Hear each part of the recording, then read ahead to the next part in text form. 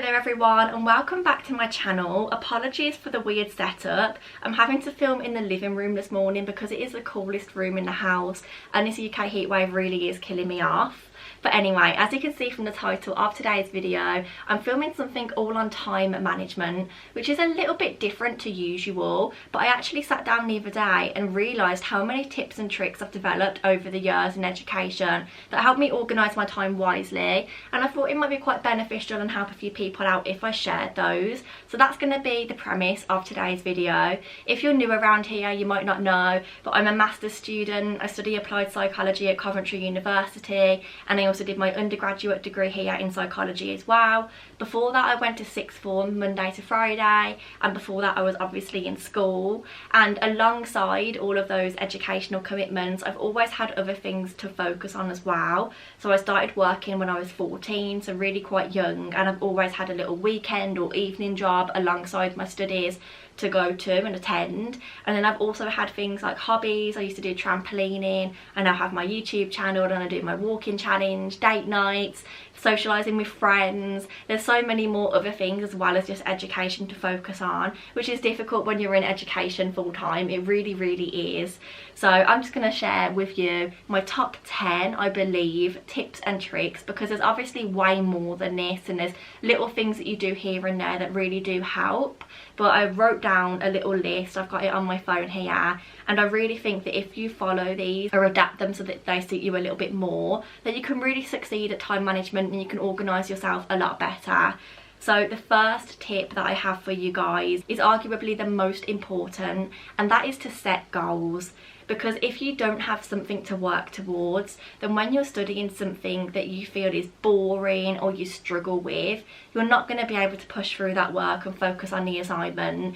I really struggle with research methods in psychology because numbers and me just do not mix, and without being able to think, oh, when I finish this in 5 weeks time, this is what I will have achieved, or it will help me work towards this goal of mine, without having that thing to focus on, I just know that I would never ever get the work done. So it is so important to either make a little list of your goals or just have it stored inside your head and know what you're working towards in life. The second tip of mine, I'm sure you would have heard it from absolutely everybody, but it's to get some sort of planner. Oh my goodness, I cannot stress how important this is, because without this you're never going to know where you need to be, what time you need to be there. So personally myself, I alternate sometimes between having a physical copy of a planner, like a little A5 notepad, or using the calendar on my phone.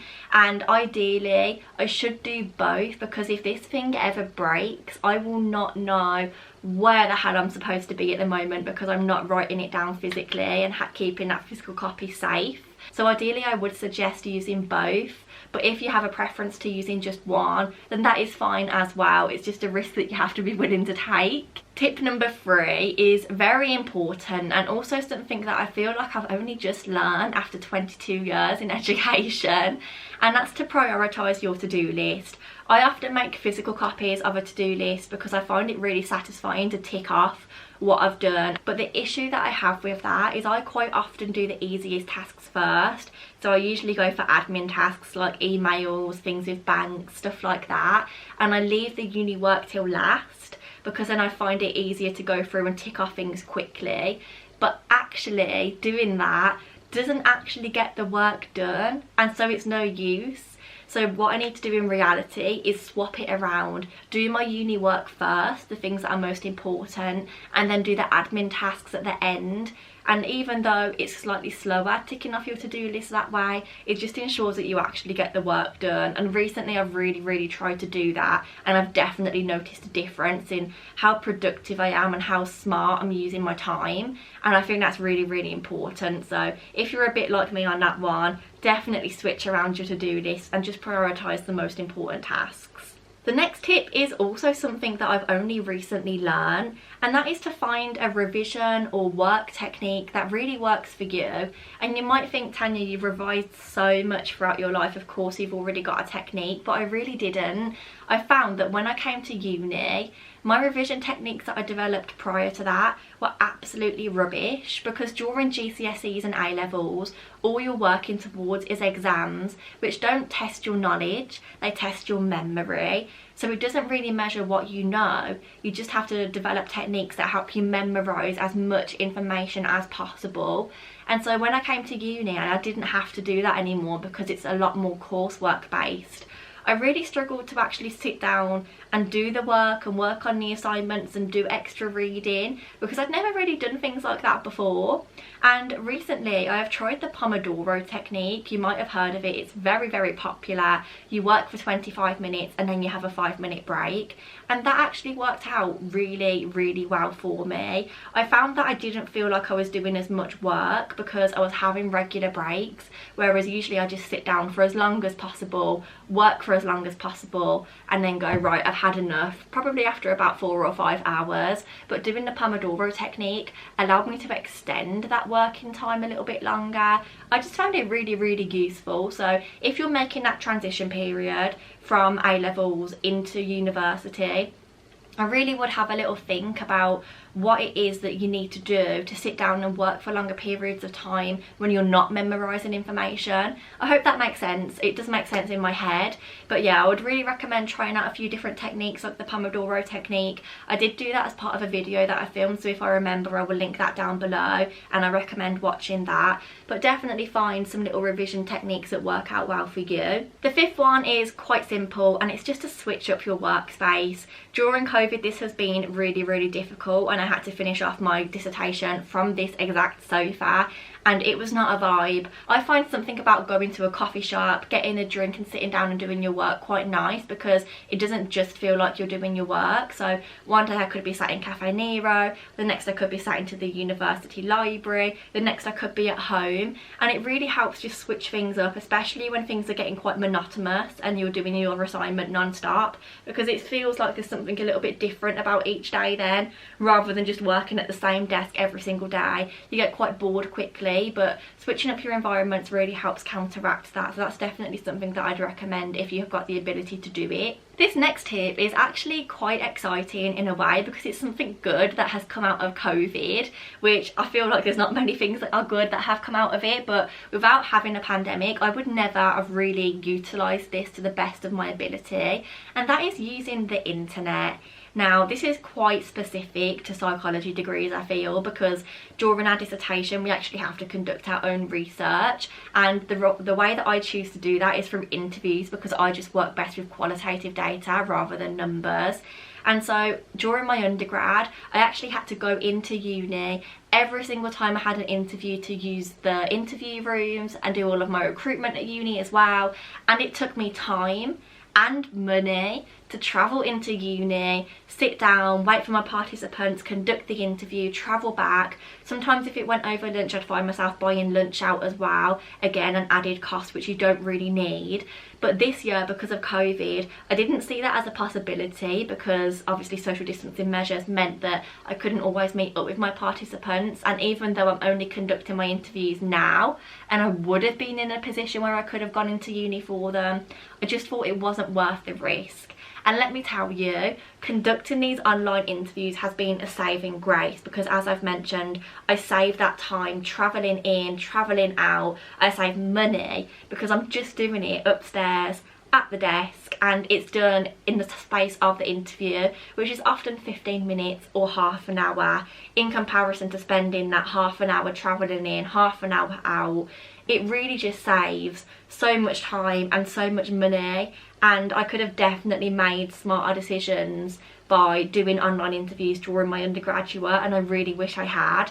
So if you're doing some sort of undergraduate degree at the moment and you're thinking of doing interviews for your dissertation, I would really consider doing online interviews, because they have been a saving grace for me this year. They really have saved me so much time. Going back to something quite obvious right now, and something that you would have already heard a million times if you're watching this video, you need to minimise your distractions, and that is my 7th tip / trick for you. For me, my biggest distraction, it's my phone, and so I would really recommend just getting this and throwing it to the other side of the room. And if that's not enough for you to not pick it up, because for me it's definitely not, there are apps that you can download that will help you keep your phone screen locked. So I use an app called Forest, and you basically set a timer.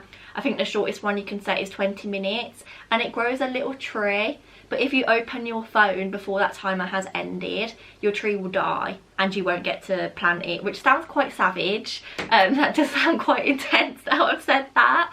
But it's just a really good way of trying to motivate you that little bit more to not open your phone when you don't need to use it. So definitely minimising your distractions, whatever they may be. As I said, mine is the phone, but it could be absolutely anything. So just get rid of whatever it is that distracts you from your work so you can concentrate a little bit better. And on the topic of breaks, that kind of brings me on to my 8th trick, and that is to actually take breaks and days off regularly. And I cannot stress this enough. Obviously it's from my personal viewpoint and what works best for me, but I actually find that if I work solidly for a week and I just work so hard all day every day, and I don't go out and I don't have fun, or I don't spend the evening watching a little bit of telly, I will spend longer taking a break afterwards due to burnout than I would if I just took a day off here and there. And then I know that I personally feel so guilty and then even more stressed because your deadlines get closer and closer and you can see the date approaching, and it's just not fun. It's not a position you want to be in. Quite similarly to that, step number 9 is to get some sleep. I know people sometimes say that they work better on the evenings and they work through the night. I definitely have a few friends who say that, but again, this is just my personal viewpoint. Without my sleep and without getting enough of it, I just don't function properly the next day. If I stayed up till like 3 AM in the morning and then get up at 10, it just doesn't work for me. I'm groggy, I'm tired, I've got no energy, and then I find that I have to have sugar to boost my energy up, but then I come back down and I crash, and it's just not a way for me to be productive. I tend to find that 10 hours sleep works best for me, which may sound like quite a lot to some people, but that is when I know I am fully recovered. So obviously everyone's sleeping routine is different, but please make sure that you get enough sleep, because without it you're just not going to be in the correct mindset to actually get on with your work, and your work is probably going to be quite poor quality wise as well. And now that actually brings me very quickly, it feels like, to the last tip that I've developed, and this is also so important. It's not the most important, it really just depends what type of person you are, but for me this is definitely something that I've had to develop and work on, and I still work on it now, and it's to learn to say no to people. I typically don't have many friends, I don't get invited out to places like pubs for drinking and whatnot, but if you do, then you don't always have to say yes to that. If you've been out twice already this week and you're going out for a third time because you said yes but you didn't really want to go, there's literally no harm in saying, actually guys, I've already been out twice this week, I've got quite a lot of work to catch up on, or I just need an evening off because I'm feeling quite tired, and spend that day to yourself. But on the other hand, as I said, I'm not someone who has too many friends, but with people in my life, the family and friends that I do have, I typically try to help them out as much as possible, and quite often that has been to my detriment and it's affected me. So I can give you one example. I've actually wrote one down here, and I'm not going to mention any names, but this year it was my birthday not too long ago, and somebody wanted to give me a birthday present, and I said, oh okay, you know, do you want to bring it over to my house, because you know, they don't live in Coventry, like, do you want to drop it over, what day do you want to come? But they didn't want to bring it to me, they wanted me to go and get it from them because they were busy. But at the same time, I was also incredibly busy. I had a draft dissertation deadline due on my actual birthday, so I was working to get that done as much as possible. And so I said, oh yeah, you know, I'll go over, and I put the phone down and I thought, oh god, and I've now agreed to go over there, that's going to take me a fair few hours, and it just wasn't for me. And so I realised that, and I had to pick back up the phone, ring back and say, actually, do you know what, I will come over and pick up my birthday present, but I'm not going to be able to do it before my birthday because I've actually got quite a lot on at the minute. And they were quite upset about that. They said, oh, I really want you to have your birthday present for your actual birthday, which is understandable. But at the same time, if they were, you know, so desperate and quite upset by it, they could have come over and driven over and given me the present here, rather than me going over there, because you're both busy. You don't always have to go over to other people's houses or meet people where it is convenient for them. It is all right to sometimes say, actually, if you're not willing to come to me, you're gonna have to wait for me to be willing to come to you. And I know that example is quite specific to me and sort of my situation, but if that kind of rings a bell and you're the type of person to really help other people out and try and make things easier for them, even if it's definitely not the easiest option for you, try and learn to say no to that sometimes, because if you've got a lot of work on, you've got a lot of work on, and that is the most important thing. Well, in my head anyway, my education always comes first because I'm paying a lot of money to be here. Well, that's definitely something that I've really had to condition myself to do over the last few years, because I wasn't very good at that before, but now I think I've finally found a nice balance and compromises, if that makes sense. So definitely learning to say no is a very important one. So if I just do a little roundup of all of my tips and tricks, then we have got set goals, get a planner, prioritise your to-do list, find a revision technique that works well for you, switch up your workspace when you can, utilise the internet to the best of your ability, minimise your distractions, take breaks/days off, get sleep, and learn to say no. And I genuinely think those are the techniques that I've developed over time that really help me organise myself quite well nowadays. And if you utilise just one of those tricks, then maybe you'll notice a difference in your time management as well. I hope that this video has managed to help a few people out. If you're watching this and you are struggling with time management, just try using one of those and then you can slowly work your way up. I really hope you've enjoyed the video. I hope it's helped a few people out. If you did, please like, comment and subscribe down below. Maybe comment down below your top revision tips if I haven't mentioned yours, and we can use a comment section as a little bit of discussion slash helpline slash forum, if you like, and we can really like share all of our best tips and tricks, because it is hard being a student and managing all these different responsibilities. But as I said, if you've enjoyed, like, comment and subscribe down below, and other than that, I look forward to seeing you all very soon in my next video. Goodbye.